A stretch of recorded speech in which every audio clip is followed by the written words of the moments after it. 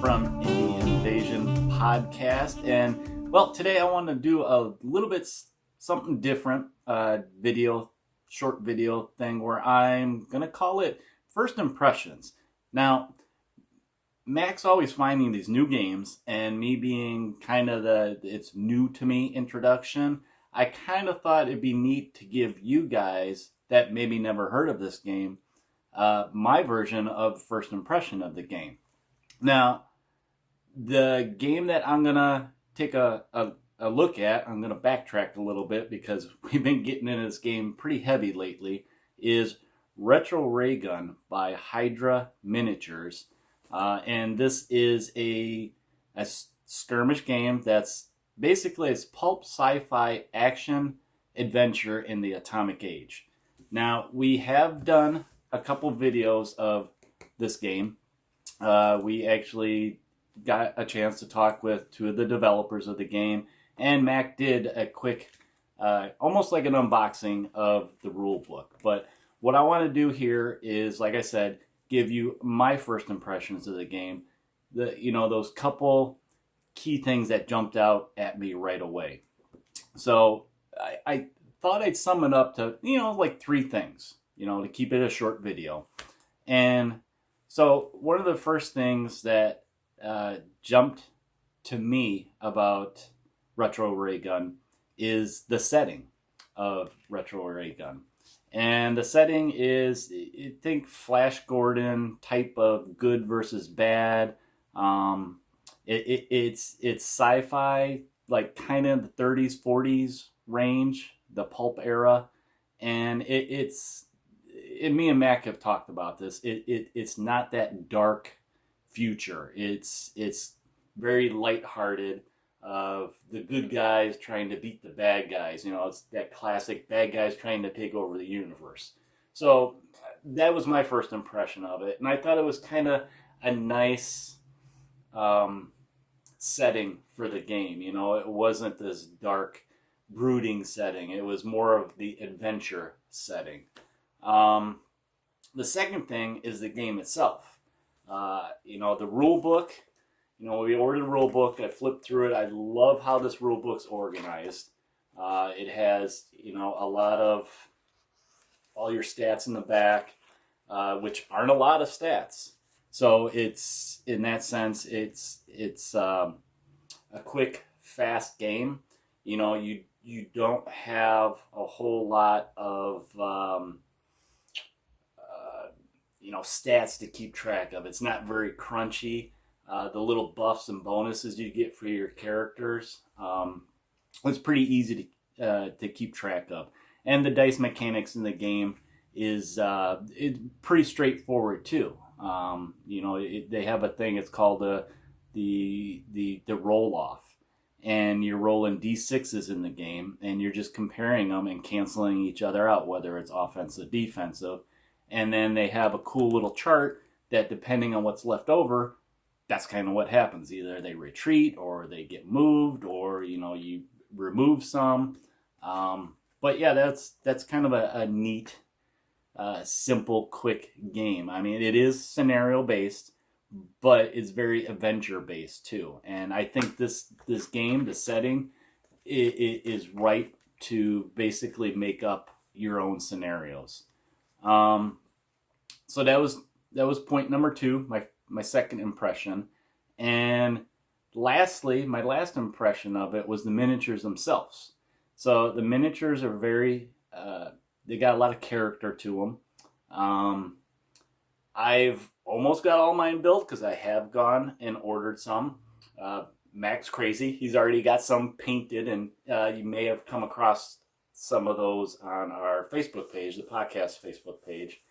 And I ended up getting the bad guys, I think. So the Robot Legion and the Valkyrie, I think I'm saying that right, and he got the Galacteteers, the goody goodies of the universe. So, but But what I want to actually do for the miniatures is I want to go to the table and show you some of them, because just so you can get a glimpse of what some of the models look like. They're pretty nice models, and I think seeing them a little bit firsthand, and granted mine aren't painted, so you'll see them, you know, somewhat put together. So we'll go ahead and do that to keep this video short. All right, on the table here we have just a couple of the Valkyrie that I ended up getting, and most of these are put together and put on the bases. Like we have the Empress here.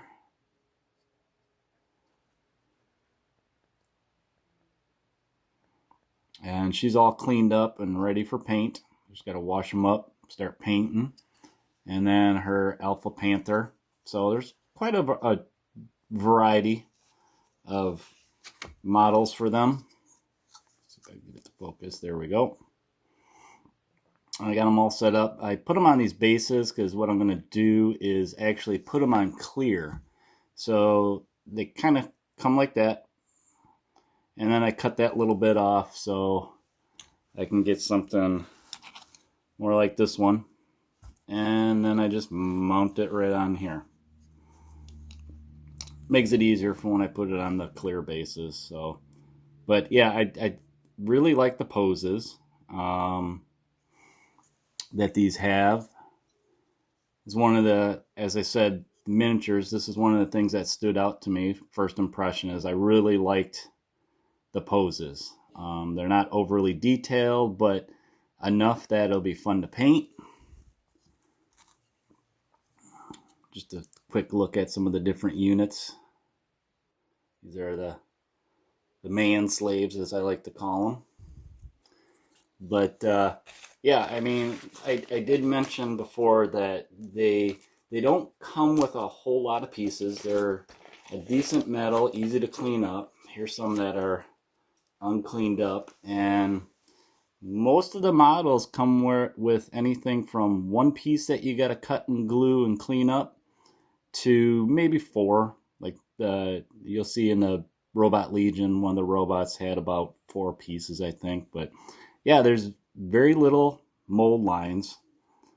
I think that's about as close as I can get it for you to see. The shine is kind of hard, and there's very, very little flashing. So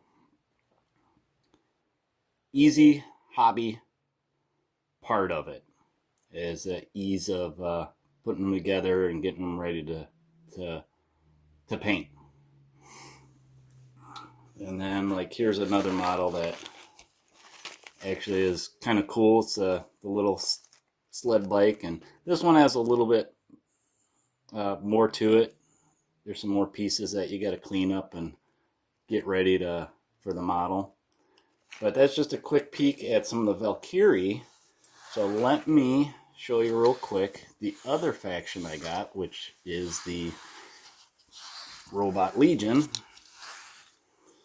And like this guy, he had 4 pieces.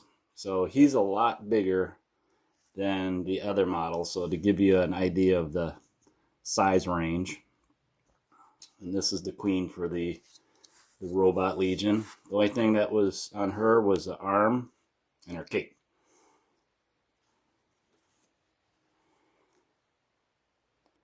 See, there's enough detail to be fun to paint. And then they have a variety of their little robots. You know, these are their troops. And here's a basic robot trooper. Him, it was just the arms and a head. And then these little guys, which they call part of their horde units. Little floater bots. And I like the clear bases. Easy to put in there. But that's just a little peek at 2 of the factions. There's a couple other ones you can check out that they are still working on, I think, filling out a little more with some more hero units. So let's go ahead and we'll go back up and we'll give some final thoughts.